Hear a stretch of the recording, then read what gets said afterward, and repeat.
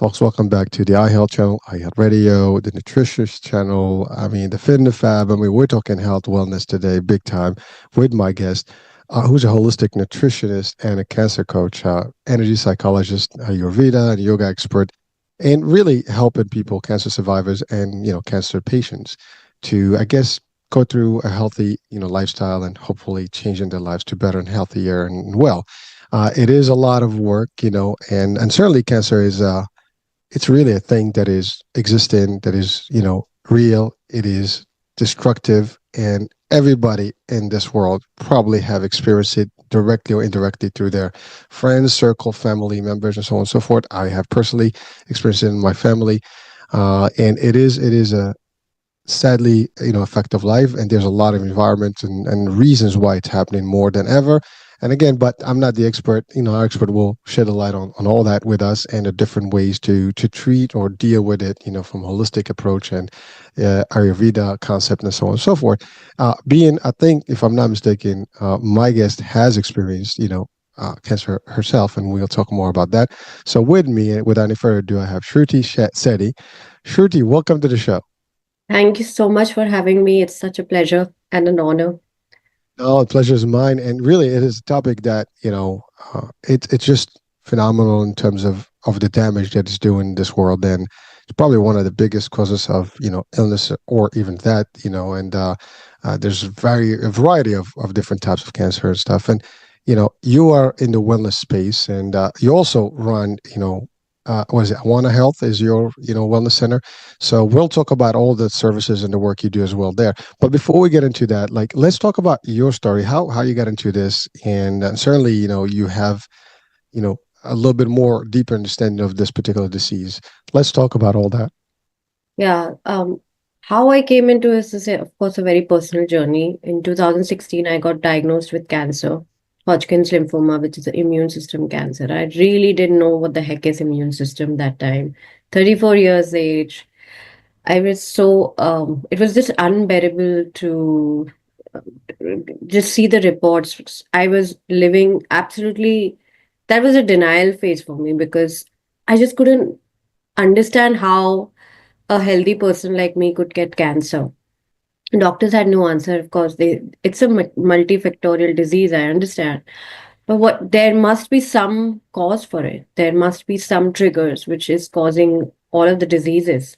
So I was not able to get my questions answered properly, and it was up to me to decide and know the root cause because I didn't want it to, when you get the diagnosis of cancer, it's like, what is my time over? Like, is this it?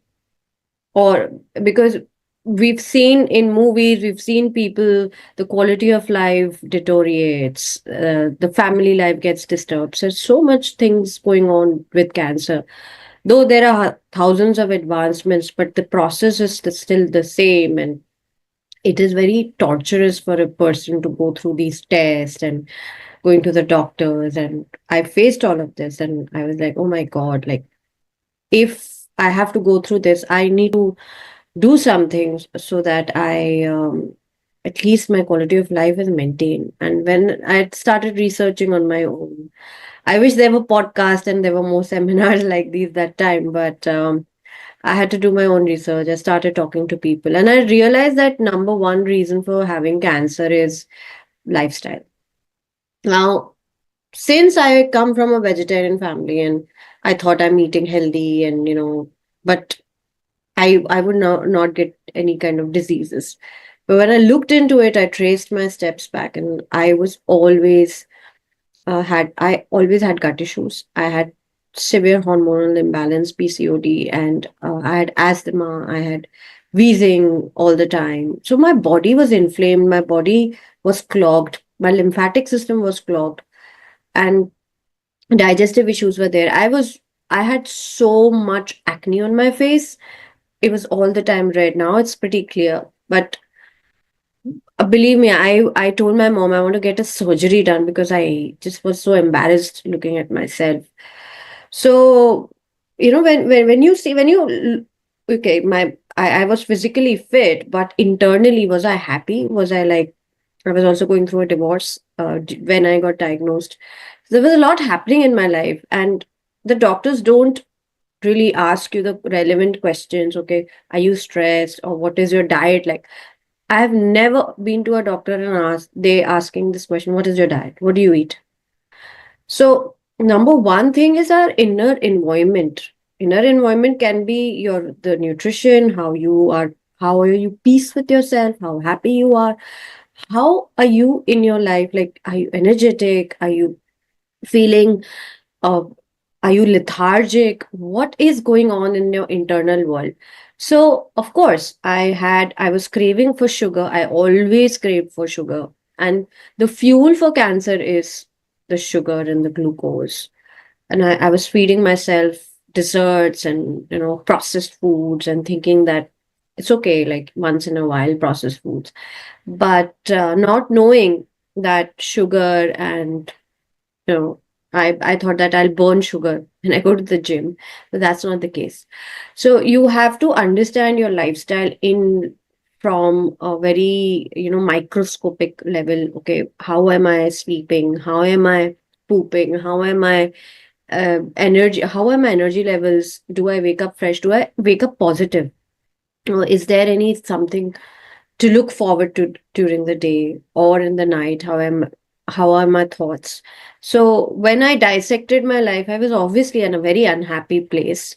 I was not eating the way I should be. I was not feeling the way would be. I would never, my body was not able to wake up before 9 a.m. in the morning. Like, I was never a morning person.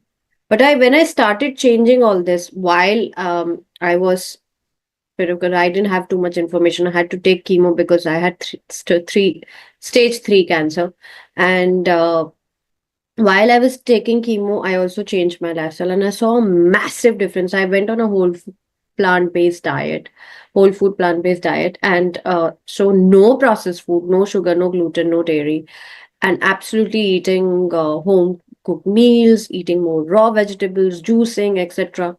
So saw a massive difference in the way I was dealing with chemo in the day, and in my positivity, in how I was feeling throughout the day, my energy levels, the side effects. I did not take even a pill during the course of chemo, because the doctors give you a whole chart that if you have nausea, take this pill. If you have digestive issues, take this pill. If you have diarrhea, take this pill. If you have constipation, take this pill. If you're unhappy, go to the neurologist. Take if you're in, if because a lot of people get into depression as well. But I did not take even one single pill that time, and I give that credit to my lifestyle change absolutely. Also, I incorporated yoga and Ayurvedic principles of living, eating before 6 o'clock, like by 6:30. I finished my meal, and intermittent fasting, at least having 14 to 16 hours of gap between my meal. And not even in Ayurveda, they say that the first meal when you get up in the morning should not be heavy. Like it's a myth that your breakfast should be king. No, from 6 o'clock to 12 o'clock, the body is um, in the detox mode. So the you should be giving your food. You should be giving your body the food which is easily digestible, which is easily absorbed, and good nutrient dense food, instead of having a piece of bread and coffee first thing in the morning and having a lot of acidic based foods. You should treat your body with alkaline foods. So all these small little changes made a difference. Meditation made a lot of difference in my life. I started yoga during having cancer, and that made my body flexible. That also oxygenated me, because cancer cells do not live in an oxygenated environment. So you have to, and Dr. Otto Warburg has done numerous amount of experiments, and he's also won a Nobel Prize on this. So he has said that acidic environment and an oxygenated environment, a deoxygenated environment, is the food for cancer, and you need oxygen and you need alkaline environment in order to kill those cancer cells. So I started looking into that principle, and I also took the help of alternate medicines like homeopathy sometimes or Ayurveda. Also took ozone therapy, high dose vitamin C. So I have done whole lot of things because the purpose was to remain just come out of cancer and never get cancer again.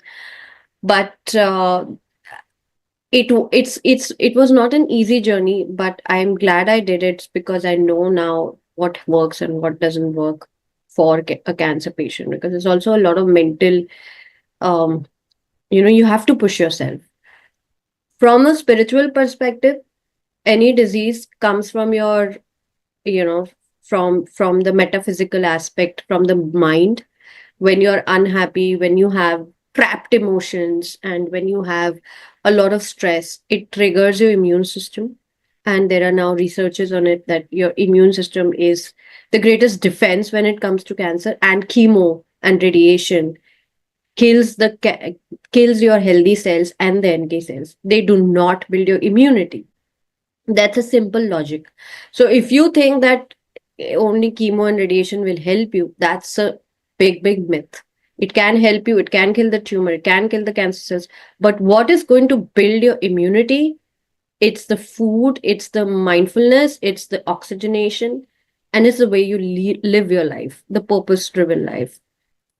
So in my journey, I started doing it. 4 chemos. I just took four chemos. I told the doctor when I was sitting in a meditation. I don't know. I felt very calm in my body, and I told doctor that I have this intuition the cancer has gone. I said, okay, let's do a PET scan, and actually the cancer stopped, and the cancer was gone. Yeah. So it's that, because I made that relationship with my body through food, and that was the first step. Then, meditating, yoga, and letting go of whatever fear I had of cancer. That was also a major thing. And living in the moment, living absolutely in the moment, enjoying, and forgiveness also helped me, because I was keeping a lot of emotions hidden in me. And I remember very clearly when I went to a naturopath doctor, and all he did was made me sat in the room and was talking one on one. He had a camera, and for 2 hours he just asked me question, and all I was doing is crying and letting go of those trapped emotions. And that, he told me, now your healing journey starts. And that remained with me for a long time. And I felt very light. And that's how, I wouldn't say no to medicine. It is important at times.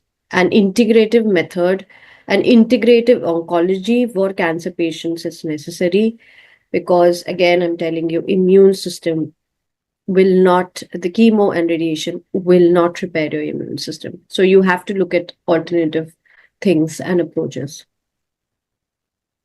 Amazing story. And as I listen to you, I mean, I can just think about all the people out there that are currently going through this, or they have been through it, the protocols, and I mean, just it's just a mind blowing, concept. And it's hard to get your head around this whole cancer journey, and surviving it is obviously a great, outcome, but many people don't even, make it to that stage, and it's Yeah. too late for them.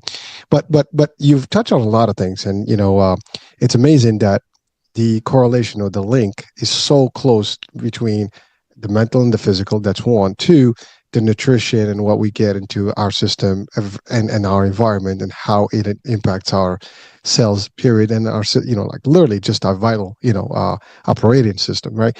And so in your case, first of all, I want to thank you, for sharing, that, because that is personal, and but it's the work you do now, and you help people, and there's no one that can help people better than someone that's actually experienced something, because you have from personal expertise. It's not just like you heard it, you read about it, you've been through it, so you know this stuff works and what doesn't, and so on and so forth. But you touch on a lot of things that are real, and there's a lot of, I would say, controversy in a way, but there's a lot to talk about. Let's just be clear.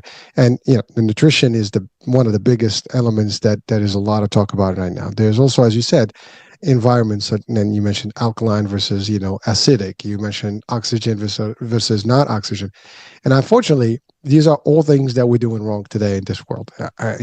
We drink bad stuff. We from alcohol, which is, by the way, sugar at its best, and you nailed it right there on the head. That cancer cells, they thrive on those elements, and sugar is like a fuel for them. As a matter of fact, Dr. Berg, I don't know if you see his stuff. He has said Yeah. Yeah. you deprive the body from any sugar, and the cancer cells will not have anything to eat. And you Yes. oxygenate or ozone, treatment into the body. The more ozone, on the more ozone is O3 versus O2, right? So it's still oxygen based, Yeah. and you have this tremendous amount of force that is destroying those cells. Then basically you're suffocating them, right? Now again, this is not me talking. This is what I've been reading, and through my own journey in terms of discovering health and wellness, and the shows that I do.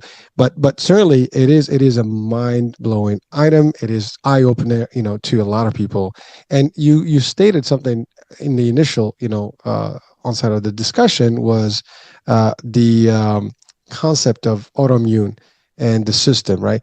Our system is it's magnificent, right? As Yeah. as a whole system, right? But the autoimmune system is what makes things happen. But we tend to destroy this early on, and more than ever. I mean, there's a whole world of discussion and work that's being done on nutrition today, and the Mhm. types of food that we have, and the types of Yeah. things that are the glyphosates, and then you have the pesticides, in all different levels, the Yeah. colors that we use in our diets, and from early on, the sugars in every single thing that we have. I mean, the food industry hasn't helped in this aspect a lot, and unfortunately, it is a real fact, and there's a lot of debate, a lot of stuff. I mean, we see recently in the news with Kellogg's and all that. But that's just one example of things. But there is a lot of that. As a matter of fact, I had a show with an autoimmune expert, doctor, and one thing that he had said is that everybody gets cancer cells in their Yes. body. And at least if you live about 90 plus years, you're gonna get at least 7 times a cancer phenomena in your body. It's almost a natural process, but your system, your autoimmune system, knows how to deal with it, unless you give it enough environment to thrive, and therefore it takes over, and that's when damage can happen. Of course, it depends when the cancer is. Cells, they can be, fatal. If they hit Yeah. the wrong, Yeah. Yeah. some cancers are worse than others, right? And it is amazing. That is all of us out there are literally in this world. If we live here today, there's a good chance we may be exposed to this particular disease, unless we do exactly the right things. And now, unfortunately for you, you had to go through the process of discovering this before you actually got the healing. But there is a way to prevent this, and I think the work you do now is to hopefully not only help the ones that are already on Yeah. the journey, but also maybe even prevent things through your work and through your advocacy that you do now. But one thing is for sure, you also mentioned depression and stress, and it is more knowledge available today on the concept of stress and depression and anxiety and all these things, and the hormonal changes in cortisol levels that are high in the body, that certainly can really give the environment again for. And there has been an actual direct link between stress levels and people who are getting ulcers, and even cancer at stages, different levels, right? And so these are all crazy things that when you, like, as you said, early on, these discussions were not available as much as they are. Unfortunately, unless, and you mentioned something very also deep, that you went to a lot of doctors, but nobody's touching on your lifestyle and your nutrition and stuff. And that's actually a fact. I mean, very few doctors will actually, well, how's your diet? What do you eat? What do you do? I mean, I haven't seen one personally that does that. That is really like in their surveys, that they tell you, like, do you eat this? Do you eat that? Do you eat it? Maybe if you Yeah. maybe if you're diabetic, right? They'll start talking about all Yeah. your carbs and stuff. But if you haven't been diagnosed with diabetes, there's a good chance they might not. Maybe if you have, I don't know, an ulcer, or maybe digestive, they might talk about stuff. But there's also a lot of discussion about gut, health, and being the second brain, and where the majority of your system is in your gut. And we've done a good job by destroying this through the nutrition stuff that we have. And again, processed food. You mentioned the word processed food and ultra processed food. I mean, they're all over us. I mean, you go to so I was watching someone the other day, and it was funny because he said the stores have an aisle that says healthy food aisle. Like, what does that mean for the rest of the store? And when you think about it, right? I mean, you don't think about this stuff, folks. If you're watching or listening, I mean, just get this, grab this concept. You walk into a store and it says healthy food section. What does that mean? I mean, the rest of it is not healthy. So why would you buy even that? But we're all guilty. We all buy this stuff because we kind of almost have been, hypnotized that this is food. I call it edible ingredients, but that's about it. But they're not really nutritious ingredients, and that's really what we do. Heavy sugars, heavy, colors and chemicals, Preservatives, additives. all the bad stuff for Yeah. you, right? All the negative stuff that is that once you, it's like basically we're treating this as a dump our bodies, and we dump all this stuff, and we hope that the body's going to do a good job. Now, overall, it does, but if you don't have the right warriors and soldiers in the body to do the stuff, it's not going to happen. But you mentioned a lot of things that actually you've used to really defeat this. It was not just, it was the yoga, the meditation. It was, so you treated it from a complete holistic as your approach is. Absolutely. So Yeah. everything, from natural naturopathic, approach to the yoga concept, which is a lot of body movement and stretching and Yeah. getting the body nice and good, no tense. So you kind of did the mental, the physical, the whole nine. I mean, and I love what you said even about those sessions where you had to just let it go, get rid of all that negative vibe and energy that you had through stressed emotions, right? And by the way, that's all of us. Work does stress. The world that we live in has stress. I mean, you look at the news and you're already stressed. You don't even have to do anything. That's not even including your personal life, right? I don't even see news these days. Like I've stopped looking at news. Well, I guarantee you, at the time you did, right? You Yeah. didn't. At that time, yes, of course. You don't understand. You're not mindful about all these things. Well, again, that's why we do this work, right? Hopefully, we can share with people. Now, someone says, like, "Oh, you guys, like, you just giving us doomsday, news." Folks, this is the real stuff. I mean, if you live, there is someone that is close to you that has been diagnosed, or will probably be like, listen, I lost my dad to cancer. I lost my ex-wife to cancer. I've had friends who actually had, cancer. Some made it, some didn't make it. So I can tell you, it is as real as it gets. Yeah. There's no age limit. That's the other thing. It's not for the elderly. It's not for the youth. It could be anybody, and the incidence of it is higher because of all the elements that you mentioned: alkaline environments, less oxygen, bad food, bad nutrition, less activity. We're literally doing less and less. We're not burning. You talked about sugar. Yes, you can help by burning sugar, but certainly you don't help if you don't do anything and you just sit and eating and you munching and taking stuff. Plus, there's a lot of stressors, Yeah. we Yeah. we Yeah. just got through a pandemic. So thank you. I mean, I just kind of touch on a few things that you've covered there, and these are all real things. And anyone that is actually mindful and aware of their health and at least wants a better health, and can, again, the bottom line is we're on the health radio and channel. The fact is we want people to be healthier and well and live a life of vitality, and you cannot do that unless you make changes, and lifestyle is the key. And I think you have almost described what that looks like for us. We need to do all of the above. You can't just do one versus the other. And I love what you said. You did take the route of chemo because you needed to, but you also said clearly, and I think people have to get this note very, focus on it. That is, it will kill all cells, the good and the bad, equally. It does not discriminate between, like, healthy Yeah. tissue versus Yeah. Yeah. cancerous tissue. And so unless you do what it takes to kind of almost override, that those cells, that the chemo, treatment into the good cells, you're going to have damage that can be also detrimental. So, and by the way, I've had, folks that told me that more people die of the chemo outcomes than the actual cancer itself because of like, Absolutely. You're right. Absolutely. You're right. so let's talk more about, like, now that you've done this and you got through your journey and you healed, which is, by the way, that's amazing that you said, like, you felt that your body was not, and everybody knows their body. You're right. Absolutely. When your body is not right, something is Yeah. off.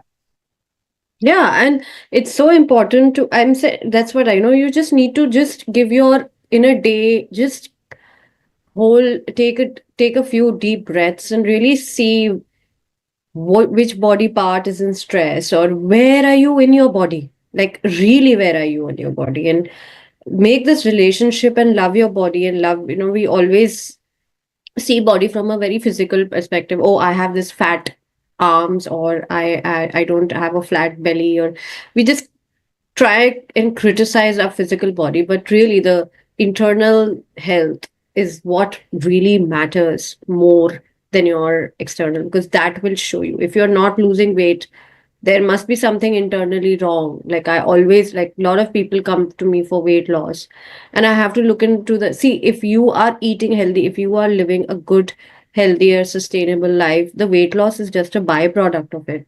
You will live, like I, from the time I have changed my lifestyle, my weight is consistent. I'm not even bothered about weight gain or weight loss. You know, people say, "Oh, you must I have this much protein with this, then this time." But to be very honest, these are all these jargons going on, and you need to do this. Just keep it very simple. You know, I think health should be simple, and it should be like people have to put so much of effort of eating healthy these days, right? Oh, I don't have time. I don't have this much at this. I only have an hour in the kitchen. How do I make things? It doesn't mean that you go. I mean, it's very easy for them to pick up the pizza pie and just vomit and give it to the kids and eat.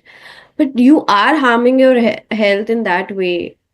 You know, when you make food, when you really use your hands, you know, we have five elements in our hand according to Ayurveda: the earth, water, fire, ether, and air. So we, when we use our hands, we stimulate our senses when we cook and when we eat, and when we sit down without any external disturbances, without the TV and all, we make this relationship with the food. The digestion starts with your mouth when you chew the food properly. A lot of people chew very fast, and they don't mix the saliva, and it doesn't go properly, it doesn't break down the food. So, you know, these simple things you don't, like in India, we sit down and eat cross-legged. And why we sit down? Because when you bend, you know, you kind of, when you sit like this, you tend to overeat a lot. When you sit down, the digestive system and the digestive juices actually stimulate more.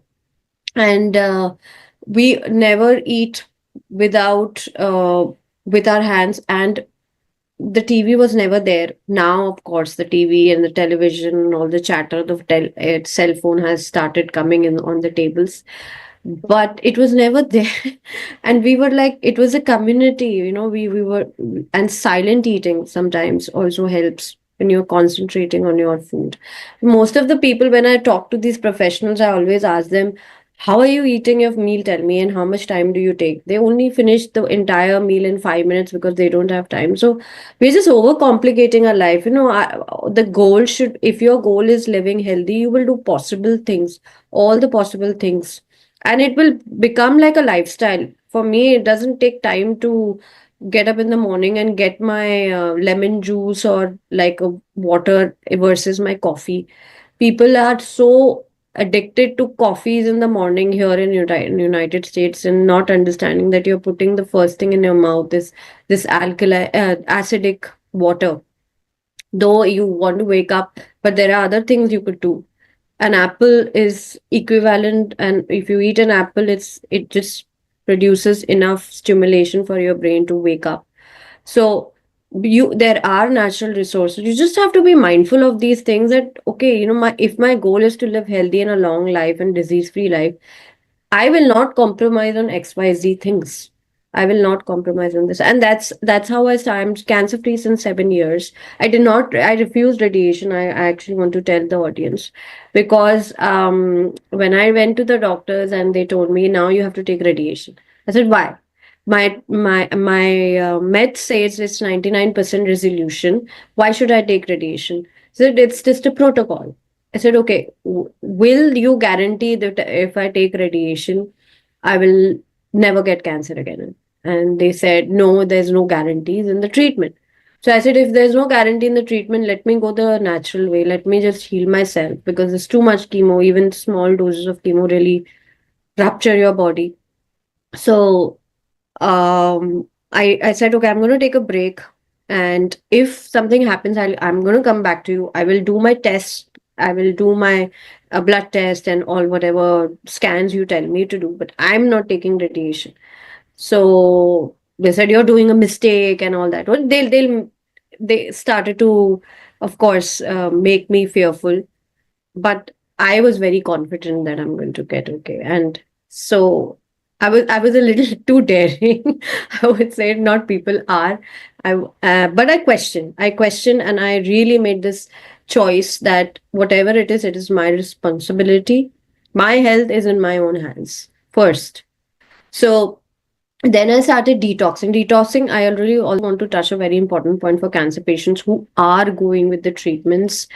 After the treatments, the doctors are just going to tell you to go away, but that's where the real work starts. You have to uptake your immune system. You have to detox that poison which you have put in your body with chemo and radiation. You have to let go.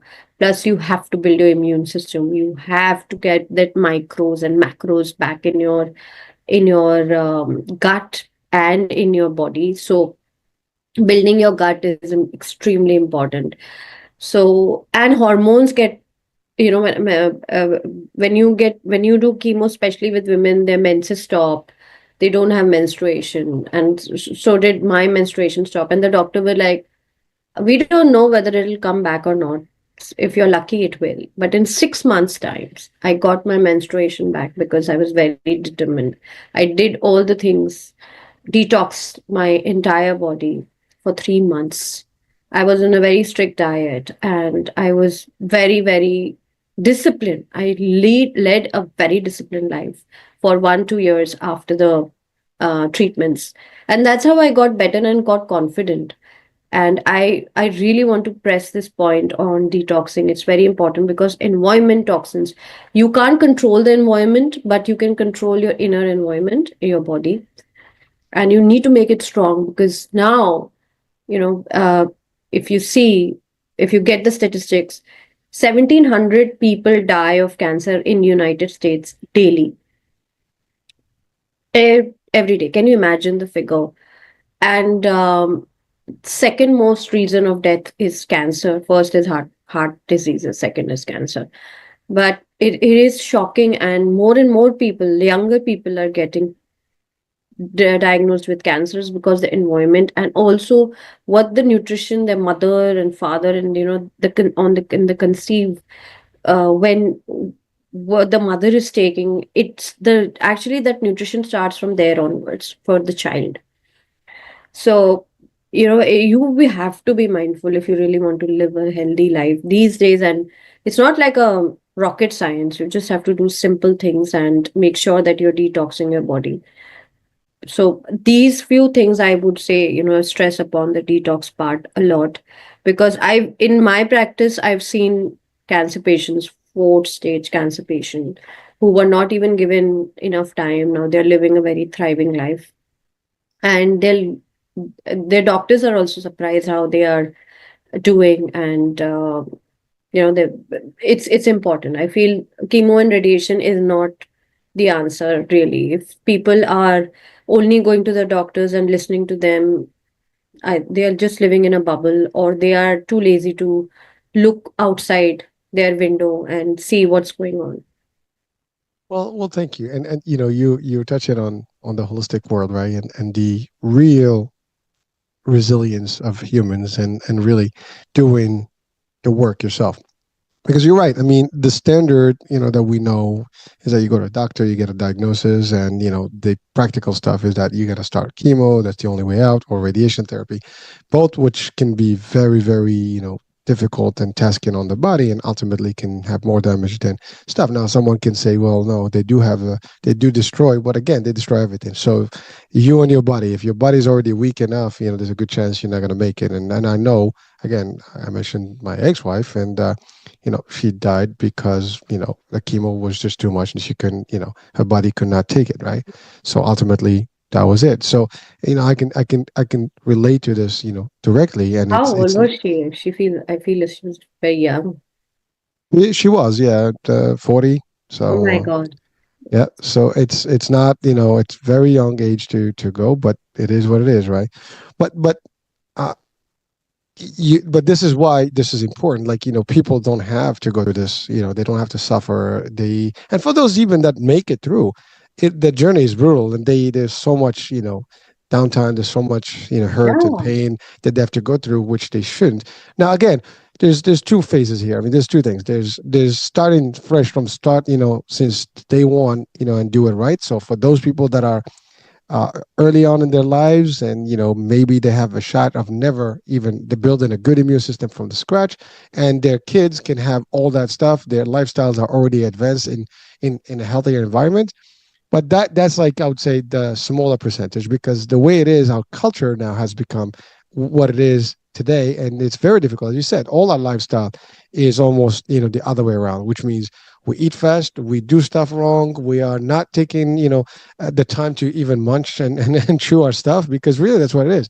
I mean, how many of us? Listen, I can tell you, I've done a lot of work in the corporate and. You're working between meetings. You're actually eating in meetings. You don't even know what you're eating. You just kind of swallow stuff. You feel the gut, and that's all there is. And chances are, it's ordered food. It's not fresh food. You don't even know what's in that food. There's a lot of sodium. There's a lot of stuff, but you just fill in the blank because you just need to eat, right? And that's the problem. We do things because society has kind of made it cool. And it's funny because we are almost hypnotized through movies and stuff because that's what we see in the movies. So it's like it's a cool thing. It looks like it's the way to do it, but it's not. And certainly we just get almost programmed to do the same things, and you don't know where that helps you, or where that hurts you until you get to a stage where it's like it could be too late. Now, Yeah, some people may have the opportunity to survive, but many don't. And again, someone can say, well, time's up, time's up. We all have a time to go. Like, whether it's true, the question is, can you prevent that, or can you not prevent it? I mean, that's the thing. Like, the choices are still ours. I mean, we're gonna go, but do we want to go absolutely. this way or the other way, right? And you mentioned something very important about how we do things, like the sit-in, the cultural stuff. I mean, even just between us and Europe, there's a big difference. Between us and I was at the Asian, cultures, there's a big Japanese, yeah. difference. The whole from the food concept, from the meals, how they operate, from the culture itself, and the types of ingredients and things. There's a lot more natural stuff that's Yeah, involved. Less eating out, more eating home. Sleeping longer, taking siestas, for example, on breaks, not going crazy, working overload hours, and as you said, no TV maybe while you're having a meal. And by the way, even psychologically speaking, this is since the inception of phones and stuff. There has been a lot more mental health and health, illnesses that are almost related, and there are studies, in that field that can, confirm these things, right? So it is very difficult, but I do want to go to, because you said something very interesting that could be a very debatable discussion. The idea that you had a vegan or vegetarian, upbringing. Most people will say if you're a vegetarian, you're healthier, right? That you're already doing the right thing. Now, when you said that kind of like, because that's a big debate between vegan and carnivore diets, right? And all this stuff. Now, you said it. You were doing. I mean, everybody would have thought that you would be like the best, because you've had all the yeah, vegetarian stuff. You don't have any, bad stuff, no meat, no nothing. But that wasn't the case because there's more things than just the food, as you said. There's everything else that we kind of less think about. absolutely. So that's funny because when you said that, it kind of hit my mind. Like, that's a big debate between, like, do I go vegetarian? Do I go carnivore? Do I do a mix? Again, I personally do, I eat both, and just how you healthy mix things and try. But even that, like, there's organic, non-organic. There's a real organic. There's a so-called organic, right? What's organic Yeah, today? I mean, you yeah, you you almost have to dig in on every single item that you purchase today. Even absolutely. even the vegetarian stuff, or the vegetables and legumes that you buy, Yeah, they may still be dangerously, pesticides, galore, and heavy, and so therefore you can still have a problem. So it's a lot of this, and I love what you said is the work you've done. It's really you took the time, and many people may not. They think that they just need to follow the protocols. You also challenge the system. You got mm, to do radiation. No, I'm not going to do radiation. Why? Is it going to? And by the way, no doctor will ever guarantee anything because there is a level of liability if they guarantee it, and they will never put it in writing because again, there's just malpractice and all these things that are low, especially in the states. And so you challenged the status quo there, and you did your thing, and it worked. But again, you went over. Like, you talked about detoxification of the body, and that's not overnight. That's months and months, if not years. And by the way, detoxification should be part of our protocols. I mean, absolutely. I like we still say, do it. I still well, do it. well, Yeah, well, we have, like, the end, like exercise, nutrition, and detoxification should be all together. It's not one or the other. And if you do, you're better off. Now, again, it's talk. Right now, we have it a talk, but really, you got to practice these things. Um, now, you said you have people who are stage four. Now, stage four, usually it's like, there's no, that's a point of no return, or for 90% of the time, if not more. But you've experienced, people that are gotten to that point, and were able to reverse, the whole thing. That is amazing. And so was that through the same practice, like basically, you get into the Yeah, immune system? this my first ever, like, I started working with this woman who had a relapse, ovarian cancer relapse. I mean, relapse, can you imagine? It is more dangerous than the first diagnosis because um, it's like the cancer returns 2x times, if I would say in simpler language. And ovarian cancer is anyways very, very difficult. So this lady, she was in her late 50s. I started working with her, and I asked her, what did you do after the initial round of chemo? And she had went through a surgery, and she was taking HRT, like hormone replacement therapy. So I asked her, what did you do? She didn't change her diet after that. The doctors were not didn't give her any prescription of diet. She was not also taking supplements. She didn't detox. So I said, okay, now if you are having relapse, you say you do whatever the chemos. And she was also advised for another round of surgery.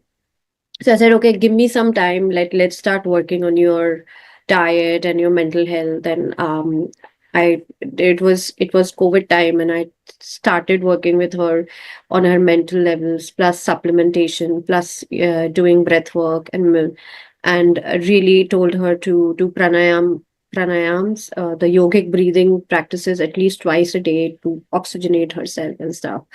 And in 6 months' time, like when she went again to the doctor, said, what did you do, tell me, because now you don't need a surgery. And she was like just so happy with all things, but she was pretty much, and that we started detoxing also. In between, I couldn't do the entire protocol, but after her treatment was over, I started doing we I practiced around 7 to 8 detoxes with her, from lymphatics to heavy metal. We also found some heavy metals in her blood. We found she had thyroid issues from before, and she had low iron levels. So we started looking from a functional point of view. Vitamin D levels we brought into certain level. Now, very lot of people don't understand that vitamin D is so crucial. And when I got diagnosed with cancer, my vitamin D level were like 12 or 13. I remember they were so low, and the doctors didn't like look into it. I had to like understand that cancer and vitamin D is so related. So please go out in the sun, everyone. That's a extremely important thing to do. So, for with that patient, she still, touchwood, is doing so well, but she was very persistent. She was like, I'll do whatever you want me to do, and I don't want this cancer again. And she's living a very beautiful life. Her daughter's getting married now. Um, and I salute to her, brave, like her authenticity. And she was saying that whatever she said, that I'm like, I want to get rid of the emotion. She was also very stressed because there was something happened in her family. So that made the cancer return. So that's what, our immune system was not able to cope up. I mean, and the doctors do not tell you how to build your immune system after the chemo and radiation. This is very important to know, that we have to build our immunity and we have to take care of it in order to prevent relapse. Because I was very concerned. I had this fear of relapse myself, and it's very it's dangerous. Like it's anything happened. I said I had cancer around my neck, and some sensation. I used to think, oh, is the cancer come back? Is the cancer come back? And it takes time for, because it's like a trauma. When you go to the doctors, you get the treatments done and everything, it's a trauma for the body. In order to get rid of the trauma, you have to start living in the present, and you have to let go of the fear, and you have to work mentally on it. So all of these things, it's not easy, but then if the patient is ready and to become a student, and I always say, when the student is ready, the teacher appears. So that's the concept is. And right now we're working with lung cancer patient. Her meds came down, and I was so happy with her, because she was suffering from 3-4 years. And now after the detoxes, the doctors also said that, oh wow, it's a very good progress. With breast cancer patients, we've seen people almost dying, their quality of life have improved. uh, I mean, it's a miracle, like really, like nutrition, detoxing, living the natural lives.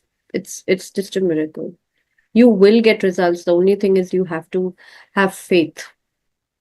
Well, thank you. And so you mentioned a couple of things that are key here to also kind of highlight. One is hormonal stuff, and two, like for example, you meant heavy metals, right? And also lack of certain ingredients to our body, such as vitamin D and iron, right? And these are all again, things that are unfortunately our food, is not where it needs to be in those qualities. Even our brains have been marketed, in a way that, for example, you need SPF 100 so you don't get any sun rays on your skin, right? It's that kind of concept. Yet in reality, we need to get the sun. And by the way, it is a fact that in the northern hemisphere and probably in the U.S., you know, majority of people have some sort of a vitamin D deficiency, and that's one of the biggest things because the way it regulates hormones and all the stuff. And so it is. I think, and anybody, you can check out some other episodes, or you can certainly just do your own due diligence and research, and in terms of what vitamin D is and how it really benefits the body and what levels you need. We just need a lot of it. And by the way, I think I was impressed one time by reading this thing, and I get impressed easily with these things because there's stuff that's new to me, and I'm like, wow, who knew, right? But someone said very simply that if we have all the minerals and nutrients and the vitamins that the body actually takes or requires, no disease will actually touch your body. And the problem is we're not even getting a percentage of what we need on a day-to-day basis value. And those caloric and values that we have on those labels, they're just not what we need, in reality. So, Yeah, as like it's north of 60 plus, minerals and vitamins that you need on a day-to-day basis, and they all have different functions, and they all kind of tie together. Magnesium is one, yeah, potassium, all these things, iron, copper, a lot of stuff that we don't even, hear about in common, stuff is really needed in our body, and that's because that's what happens. Our hormones are out of whack, our systems are not working, and so yeah, the body can resist to a degree, but there's a point where it kind of, that's where we have all these other problems that happen from, you know uh, thyroid issues to, I don't know, all kind of stuff, bone heart issues. problems. I feel is like very prevalent. Almost 90% of the U.S. population has gut issues, which, according to Hippocrates, according to Ayurveda, 90% of the diseases happen in your gut. I feel a lot of people, when I talk to people here, constipated, most of them are constipated. They don't even know they are constipated. Even if you're going to the loo, and if you know that we analyze, we it's a little yucky thing, but we tell them to identify the kind of color of the poop and what is the shape of your poop. It should be like a proper S shape. It should sink down.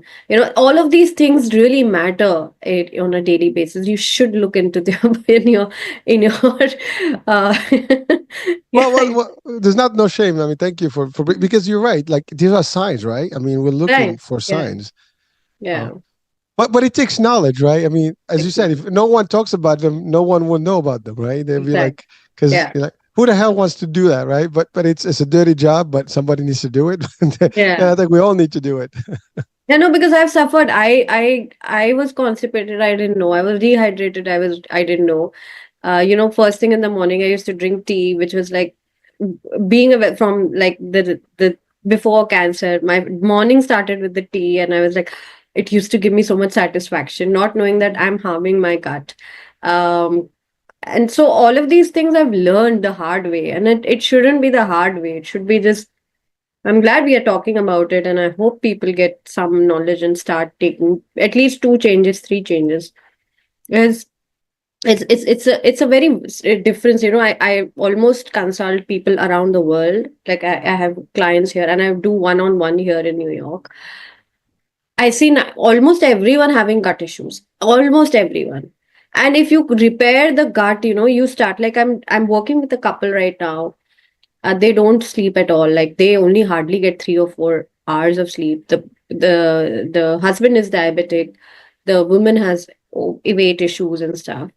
Just working for a week with them, they've lost some pounds. Their sleep has gotten better. Their gut is becoming much better.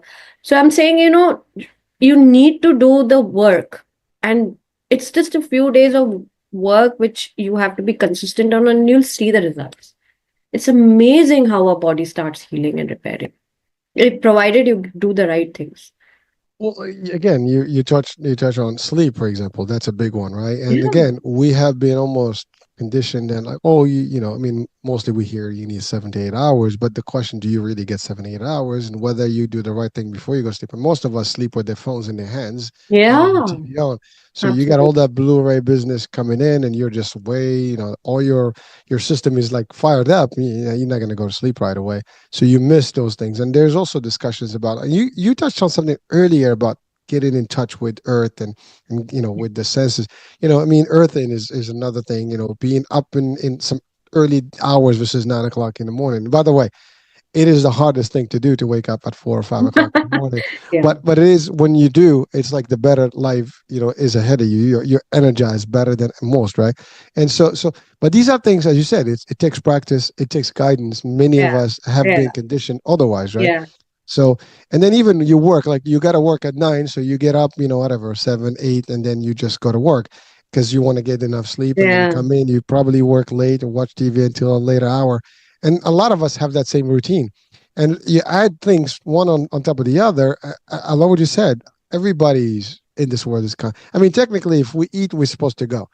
You're not supposed to be like 3, 4 days before you go, and you're supposed to go frequently. And so, and as you said, these are things that just like, that's a first sign, right? And that just shows that the ingredients we eat are not good. And they say whole diet. I mean, whole diet is a good one, but what does that mean? What grains do you need? I mean, is the right stuff yeah, organic? So, I mean, we can touch on a lot of stuff from here, but the biggest picture here is that we need to make shifts in our lifestyles. We need to do all the above. It's not one thing, not the other. We have to do detoxification. We have to do the breathing. We have to oxygenate our body. We have to get rid of all the acidic, beverages and stuff like that. And look, sodas and all the stuff. It's really. I mean, you drink soda. I mean, Coke, for example, right? Uh, you know, it can clean pipes. What do you think it's gonna do to your gut? I mean, just a question for yeah. us, right? I mean, and sad, we see this stuff. I mean, it's not a secret. We all kind of, probably everybody watching and listening, have seen some sort of reel about Coke, and the benefit of Coke, other than beverage, right? And so yet we tend to like still like it because it's a good kick. It tastes good. Well, yeah, taste is one thing. I mean, poison can taste good too. If I put sugar in it, it's gonna taste good, but it will kill you, right? But that's Yeah. really, it's exactly. It's like it's a cool poison that we have. I mean, you read ingredients on boxes today, on labels. You got 60 ingredients. I mean, it says one thing, but you have 60. What can possibly be in 60 ingredients that is, Absolutely. You naturally? don't even know the names. Like it'll start from something ESOV, E54, some sort of a thing. And it's just what I like to do is like I if I can't understand the ingredients, I won't pick up that stuff. It's hard to do that, but I try at least understanding the ingredients, read the labels. And now there are apps to do it. You just go on Google and it's so easy to understand those ingredients. Just to take some time, it takes some time to refill the kitchen things. And a lot of people also use toxic, since we are Yes. talking about toxic vessels, like they cook in these Teflon coatings, Oh yes. and don't use, like if you use iron to cook uh, spinach, for example, and you put like a lot of lemon on it, so it enhances the vitamin C, it enhances the iron absorption in your gut because you're cooking in an iron vessel. When you're doing Teflon, and Teflon just basically it's carcinogenic. A lot of people don't know it's cancer causing agent. You drink out of plastic, which is extremely again, it is the worst thing you can do for your gut. Small particles of plastic will get, like, now we've seen researches showing the baby when she's born, they have microplastics in their gut. So we have to stop. Like I always tell people that, I know it's, when you're traveling, it's easy to carry a plastic bottle versus a steel bottle. Just again, it's all about your health. What do you want to do? the styrofoam cups where you get those coffee, when you take the Starbucks coffee or any coffee, that's also plastic actually. Yeah, the I've coating in there, yeah. I've actually started carrying my own cup. These are like, also you have to be mindful of it, people say we have to live in this world, we can't let go of everything, so whatever you can do, start from today, and it will automatically shift, when you're if your focus is health, and if your focus is longevity, and if your focus is to live in a medication free life, you will do the things. It's just a You're just giving yourself an excuse. Oh, I have to live this. Oh, this is easy, or this is hard. Nothing is hard, it's just in your mind. It's just a mindset change. Yeah. I'm listening to you. I'm laughing because since I've done this work, I've changed a lot of stuff in our life. My kids are like, anti me because every day I'm sending them reels and this. I literally, I can show you the phone. Like every time I see something, I'm just trying to give them enough so they can at least get a scare or fear, and so they can make some changes. But the more I do, the more you almost kind of like shrinking all the types of things you can buy from the street. Literally, like there's like now I don't eat outside, for the most part, unless it's kind of home cooking kind of situation, a restaurant type. But even that, like no food, like that is express food or fast food kind of concept. So and by the way, listen, everybody's has heard about like the worst foods out there. I mean, from the food chains, the fast food chains, all of them. I have an experiment right now that I just I'm actually, I post this. I've been talking about it. It's ready to go. I actually kept a Whopper Junior in the fridge, for over 4 months. Still good. Still looks good. Really? It still looks good. Yeah. I mean, you can tell it's old, but literally the bun looks still the same. The meat still looks the same. The vegetables look a little bit, kind of, losing their value. But how can possibly a burger live for? I don't care, fridge or no fridge. You put anything else that's organic, it's gonna die after a week. Yeah. 4 months and it looks like it's ready to eat today. I mean, it's Oh, that wow. crazy. And I mean, because like you hear things, you don't you want to like prove something, you want to experiment. And I Yeah. just, it's a simple thing. Anybody watching, listen, do it. Go buy one, put it in the fridge, and leave it there for a few months and open it up. It's not gonna go bad. Even a hot Wow. dog. I took a hot dog. It took 2 months before it went bad. So that's like the stuff. I mean, if that goes in your body, what do you think it's gonna do? I mean, there is no chance that that thing is gonna do anything good by destroying something in there. And you're right. Where does it go? Digestive, guts, and so it just basically gonna destroy it. And again, you have color in all these drinks, and even if you want to, like you mentioned, weight loss, right? And you drinking calories left and right with all these sugary drinks, right? Besides, I mean, again, you're talking about plastic. Everything around us is plastic. You drink in plastic, the straws are plastic, even the paper plastic, the paper straws as they call them, they're still not paper because they have, again, a coating to not Yeah. to be destroyed. So that's the thing. Like what we, someone says, oh, it's a plastic cup. I mean, it's a foam cup or a cardboard cup. But yeah, but there is an actual coating of a waxy substance that keeps the thing not destroying or seeping through. Therefore, you're drinking that stuff. As a matter of fact, if it's hot enough, that stuff will come right on top of that water or whatever you're drinking. And that's just, and by the way, that's visible. Now imagine the microscopic stuff. That's big. I mean, I've read that we have an average in life about a credit card worth of plastics in our systems right now. I mean, think about a True. credit card that is in your body stream right now, like in particles that is all over. They found stuff in the brains. It is crazy, but you're right. It's not, yeah, society is what it is, but we are members of society. And if we start changing each one of us slowly and making the necessary changes, I think we'll drive industries to also shift, and Absolutely. switch things around. But as long as we're consuming, it's profitable enough, they're going to do it. I mean, we've talked about this in different shows about sustainability. I mean, even business owners, folks. I mean, if you know something is going to be harmful and you're just Yeah. looking for profitability, there's ways to do this, the right way and consciously being sustainable and healthier. Yeah, it may cost a little bit more, but I think overall it will be a better outcome, and you can promote this. It will be even will serve you well as a marketing concept. Hey, we give you organic, healthier stuff. Yes, but now we've seen that a concept in, let's say, the Whole Foods, right? But even within that, over time, that got diluted too, because there's different things that are sold that may not be as, organic 100% as they should be. But again, we have to shift a lot of things, but it starts with individuals. And Absolutely. that's us, one on one, whoever's watching and listening. You can do things in your world and limit your exposure to all these things. Now, Shruti, I want to ask you one thing about, exercise. What is your, take on exercise, and what kind of exercise? I mean, I know you mentioned yoga and things, but that could fall into the concept of exercise. But like, what's necessary to also help, you know, keep the body healthier? Yeah. So as humans, we are not meant to sit at one place, and that's what we are trying. This sitting has become another smoking. We have to move from the moment we get up in the morning. We need to really stretch. When you see animals, for example, when they get up, see a dog stretch or any other animal stretch. It's a natural phenomenon. They stretch. And what do we do? The first thing in the morning, we just try and go to our phones and try and see who's messaged and everything. Like we all of a sudden come in this flight and fight mode.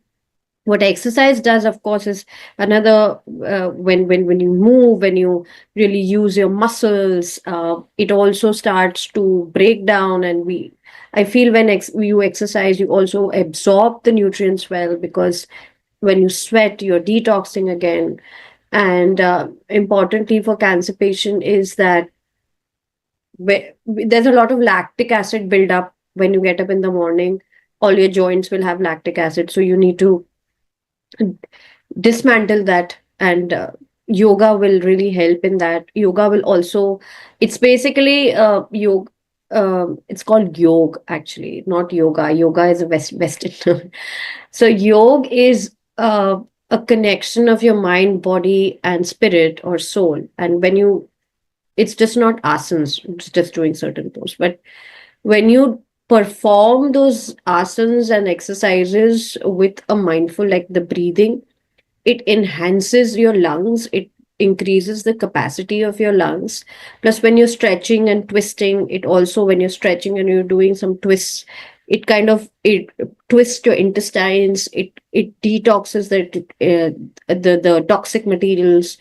When you do certain pranayamas, the breathing patterns, it, of course, again, the oxygen capacity improves by 17% when you do pranayama. Extremely important for anybody, because we're not breathing. When I see clients, they don't not even breathing properly. When you're inhaling, they're actually taking the stomach inside, versus when you inhale, it should bloat like a balloon. So when you are exercising, right, it can be anything. You can just start going to the gym, or you like weight training, or weight training is again quite apt these days. We should when you cross 40, you lose a lot of muscle mass. When it comes to cancer patient, we obviously, they don't have the strength to do. Another very very big myth is that they are asked to do a lot of weight training, but they don't have the capacity to go to the gym. I would say start with yoga or yoga, and build your strength. When you do certain Surya Namaskar, like sun salutations, just that's the entire workout, because you go in the planks and you go in the downward dog, you do certain movements where the joints get stimulated, your lungs get stimulated, even your each muscle gets stimulated. So it's like a science based. Yoga is nothing but a science. So exercise, a lot of people are living sedentary lifestyle. When you eat when you eat food and you think, all of a sudden, any food you eat, or carbs especially, your glucose spikes up. So if you're sitting for a long time and you're not moving, you will tend to get insulin resistance over time, and which is important. So I know when people who are working at office and all, I said stand and work, maybe, or just take a one round around the block, and just do some sort of movement. Just go for a walk for 5 minutes. This will improve the insulin resistance. This will make sure that you don't have those high glucose spikes. So exercise will bring that down. Um, so many benefits of exercising, right? People think that we only do once a week exercise is not enough. You need to move, you need to, and mindful exercise. People say, oh, we walk a lot. But when you're walking, your brain is not in synchronicity, your breath is not in synchronicity. When you take out the time and really, uh, synchronize your body with your mind and brain and soul or whatever you can say, the effects are much more better, and you get faster results when you use your breath, the prana part with while exercising. So exercises, again, extremely for cancer, for to prevent cancer.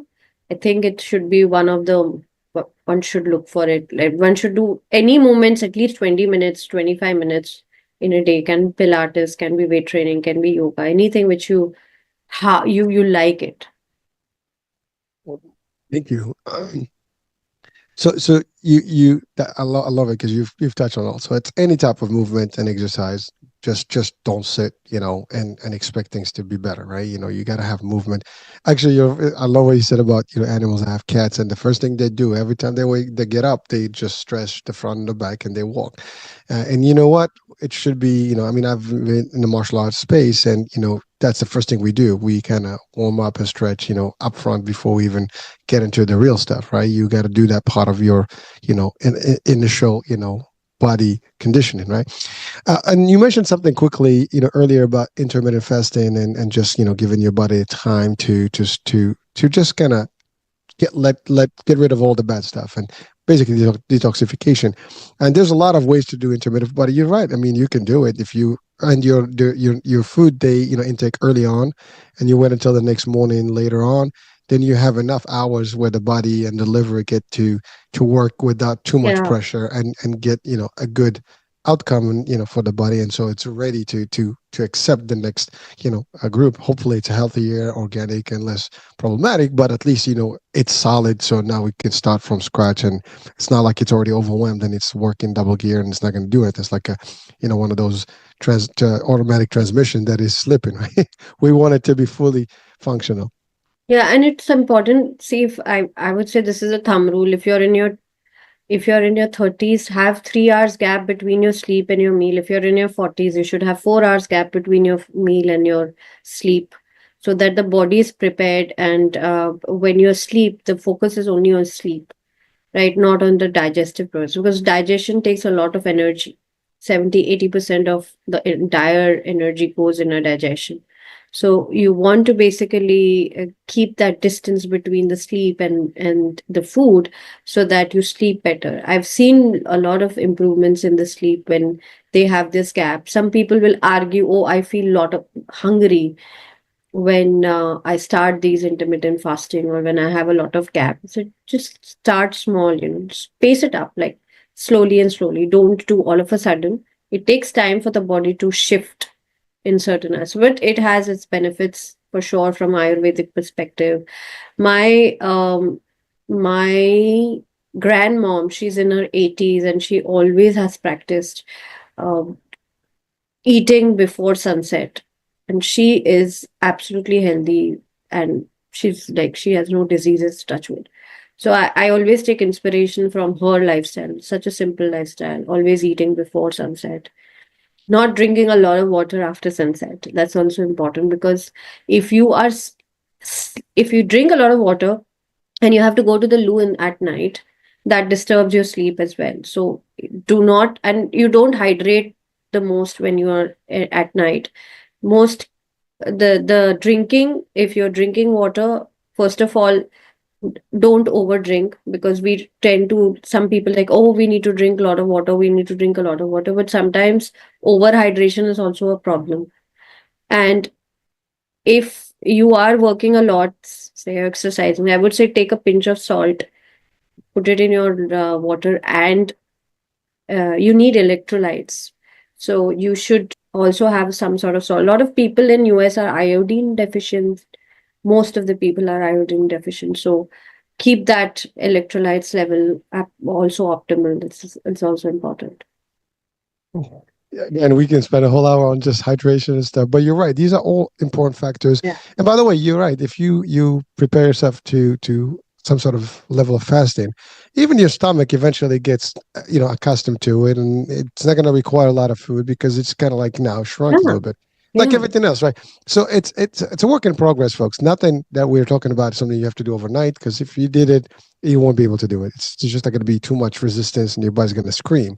You gotta like introduce these shifts slowly but surely, and in time it'll be just habits, and you do it and you feel better, and you just like, oh, I can never go back. And of course, you sometimes people cheat and stuff, but you got to do this correctly. And again, slow changes, one step at a time, add a little bit more, and that's it. All right, so I know we've exceeded our hour, but let's talk Oh, quickly yeah. about I know time flies when you're having fun, right? Yeah. But let's talk about Awaana Health and the work you do, and how do you work with people? Is it? I mean, I know you mentioned like you talk one-on-one stuff, but is it a clinical setting? Is it a remotely? How does that work? And how people also can connect with you? Yeah. So Awaana Health is an online platform. I am working on one-on-one, but I'm here in Bayside, New York, and also work with from Brooklyn, Williamsburg. But online works pretty well, and I have an entire team, and we kind of help people with all chronic issues, be it hormonal, be it infertility, be it any gut problems, weight loss, weight gain. I'm okay. I mean, people come to me, but I'm not very. I feel that I want to dig into deeper into their gut health, so I would put that into the gut. Cancer, of course, and that's we give a complete 360-degree approach, mental, physical, emotional, all of these support systems. We have a group setting also where once a week all my all the clients and all the patients would come together. We would meditate, we would understand what's going wrong, and I would always pick up a topic and we'll do breath work and do all sorts of um metaphysical things like chakra healings or anything, any one topic we would pick up. It's a beautiful community where people come together and heal together. I love that. And yes, they can anybody who wants to connect with me, my website is called awanahealth.com, and I'm on all social media platforms. Shruti underscore Sethi underscore is my Insta profile. So yeah, do feel free to connect with me and just DM me, and I would be so happy to connect with all of you. Oh, well, thank you so much. I enjoyed this discussion, and it's plenty. You give us so many, good pointers as to anybody watching and listening. Doesn't matter what part of the world. Certainly, if you're in New York, this will be an ideal concept. But you're online, so people can still reach out to you and use your services no matter where they are. So that's great, and it's whether through the work that you do now on podcasts and shows, but also really the physical work that you do, because you do take them through a journey and help them as needed. And you have demonstrated successes, and testimonials that can prove that this stuff works. And by the way, everything that you listed today, anyone who's been conscious about health and wellness, that stuff is the real thing and it works. If you add it up correctly, it's stuff. Now, again, not easy, but it takes, sometimes you can't do it alone. You need help. And this is exactly where your services can be, very easily assisted, for someone that's needed. Now, of course, you don't have to be sick to actually seek these I guess, concepts and assistance, because you can just be preventative. But certainly, if you already, have a diagnosis and you're not sure what to do, this potentially can be a good alternative or an add-on, because, again, you can have different ways.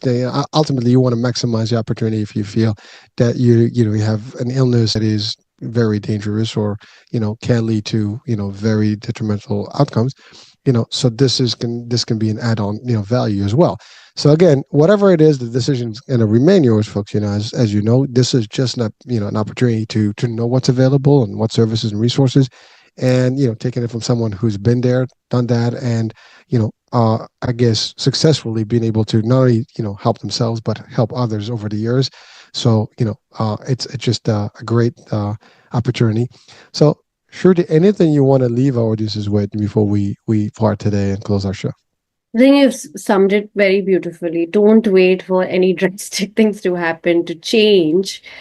Take inspiration, go for it. Because I'm telling you, diseases are for real, cancer is for real, and Not everyone can survive it, and nobody, it will test you, it will test your mental capacity, it will test your physical capacity, it will test your community, everything. But there's always hope. If even it's not late to start, even I feel even 40s, 50s, 60s, people in their 80s can thrive. We have been given such a beautiful uh, entity, or whatever you say, your physical body, uh, a machine or vessel, and it can do wonders for us, provided we give the right environment, we give the right things to it. Treat it as your best friend, as you treat your guest or your best friend, with love and care, and just provide. Have stopped loving our bodies, so self love is extremely important, and self love starts by giving the right things to your body. Right, with those words of wisdom, I think we got to end our show today. Shri, thank you so much for joining us, for being with us, for sharing your value insights, and certainly the work you do, folks. Do check out the description of the show for the link to awaanahealth.com, and do check it out. I'm sure there's stuff that can benefit you. That being said, I'm Hurricane H. We'll be talking soon. You get your show on the topic. Bye for now.